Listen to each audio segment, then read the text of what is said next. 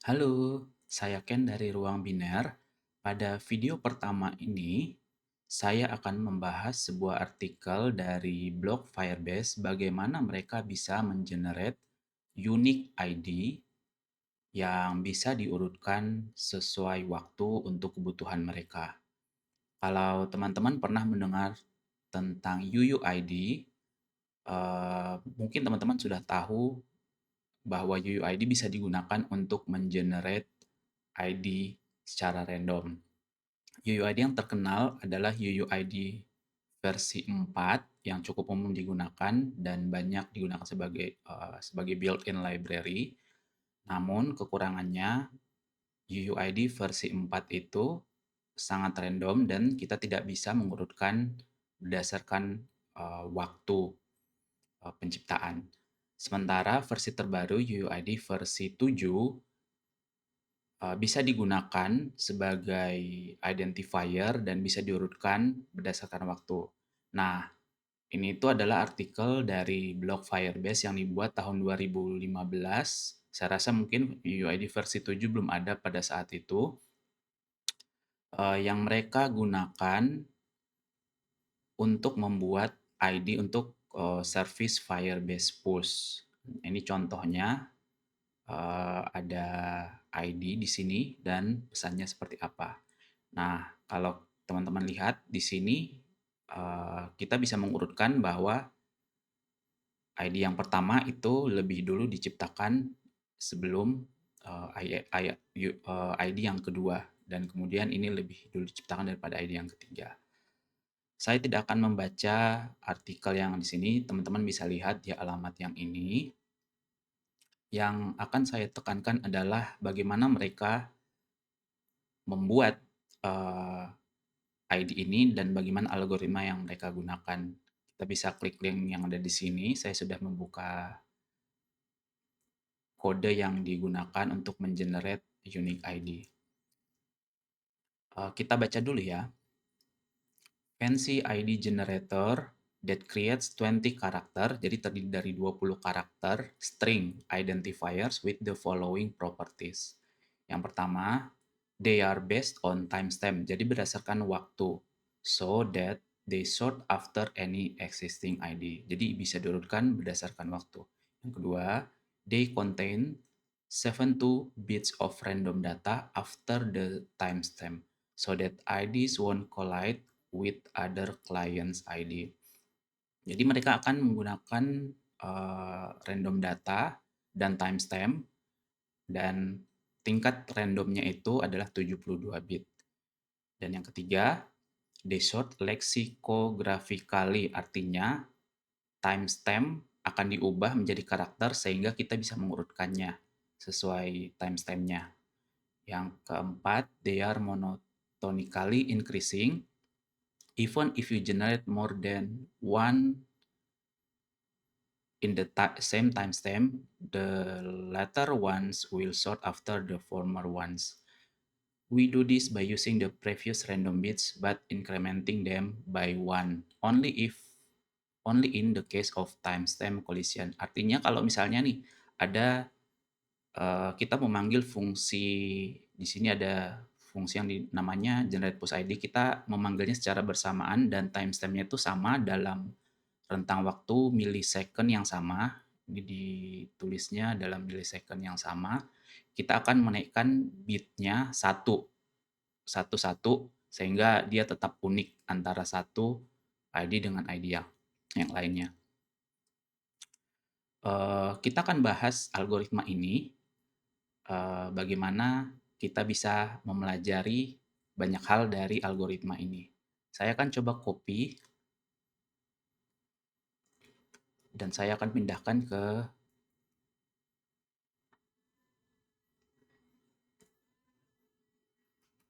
VS Code.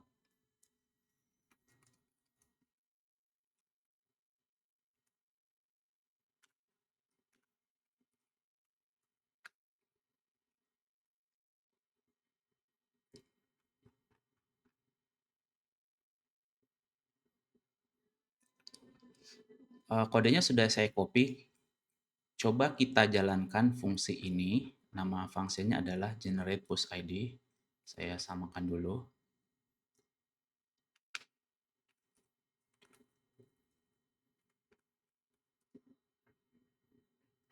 Dan kita panggil generate push ID. Saya sudah menginstal npm di komputer saya. Nah, contohnya seperti ini. Jika kita mengenerate dan menjalankan fungsi generate push ID dan memanggil function generate push ID, kita akan mendapatkan ID yang berbeda. Namun yang perlu kita lihat, ada bagian yang sama, yaitu di depan ya, 1, 2, 3, 4, 5. Namun kita akan lihat di bit berapa dia akan sama.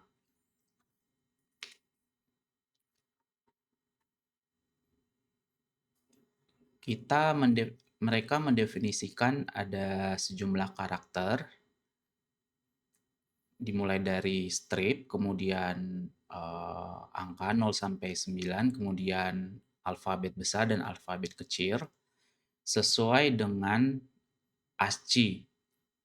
Jadi diurutkannya berdasarkan ASCII.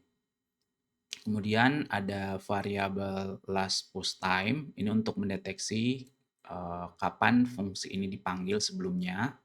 Kemudian ada last random character. Nanti kita akan bahas ini ya. Ini akan menyimpan 72 bit random karakter yang akan kita generate di bawah. Nah, ini adalah fungsi utamanya.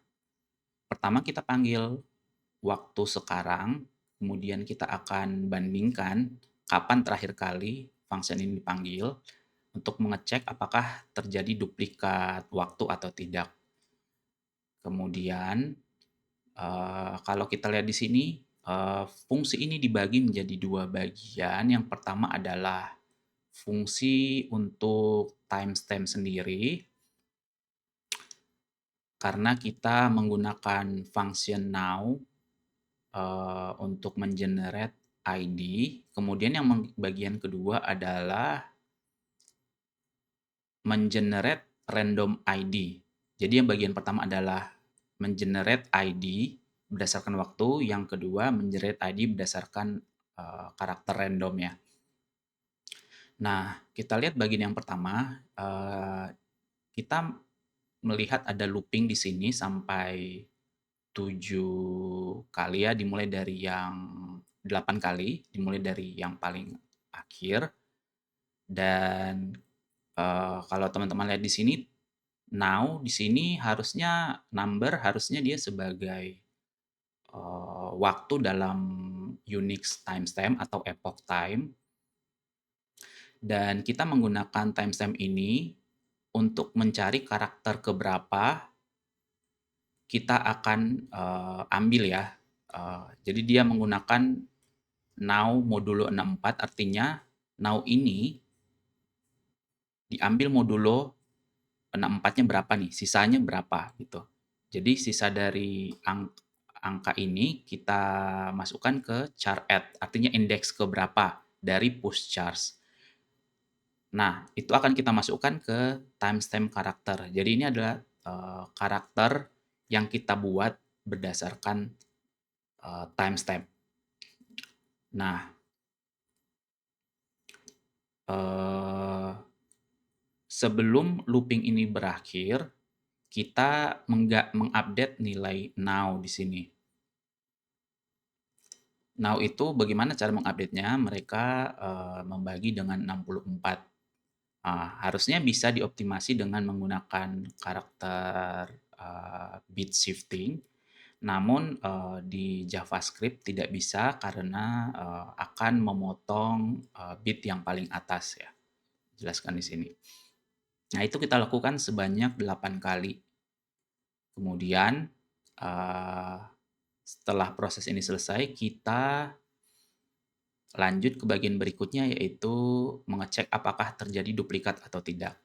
Ya, most of the time duplikat ini tidak akan terjadi. Anggap aja kita contoh aja ya, kita akan memanggilnya 1 kali, Di sini kan kita di sini cukup memanggil satu kali dan sebagian besar tidak akan terjadi duplikat.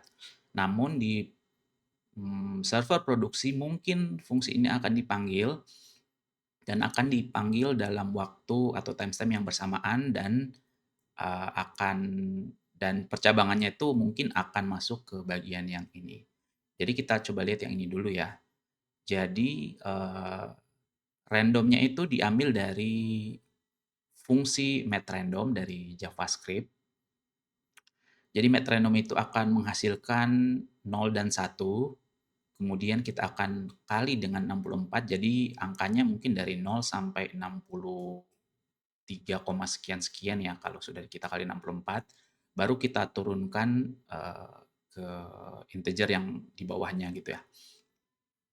Baru nanti kita masukkan ke dalam sini, karakter keberapa nih, gitu kan ya.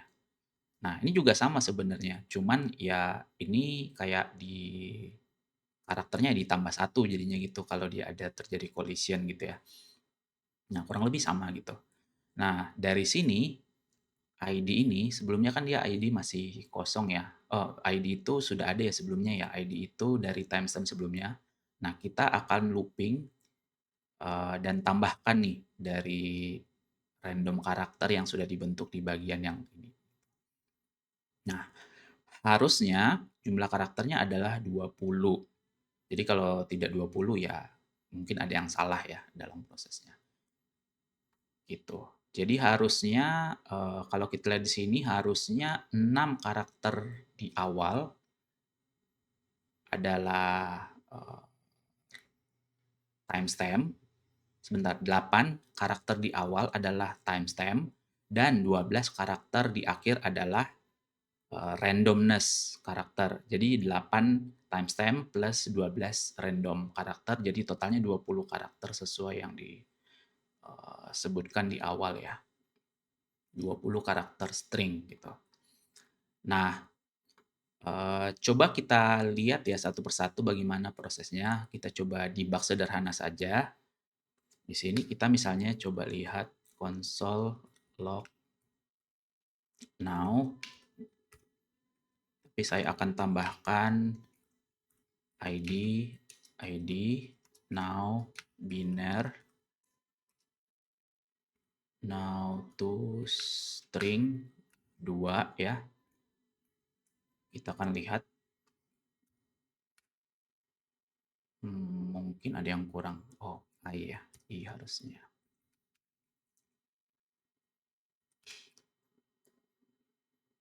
Saya akan geser ke atas. Jadi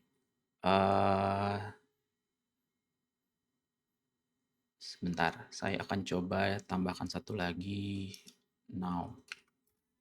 Now ya. Nah, now di sini adalah epoch time ya yang sudah dikonversi dari timestamp ke bentuk Unix timestamp. Kemudian kalau kita lihat binernya itu adalah seperti ini ya. Now to string 2 adalah mengkonversi integer ini number menjadi binary ya. Bentuknya seperti ini. Kalau kita lihat dia ada ini berapa karakter ya? Coba saya lihat dulu.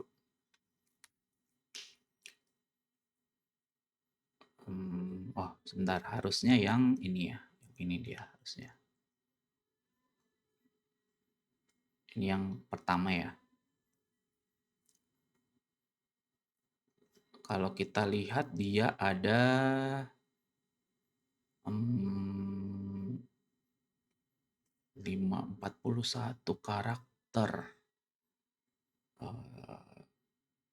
Iya, kurang lebih seperti itu ya. Nah, integernya adalah ini, epoch timestamp, kita ubah ke biner adalah seperti ini. Kemudian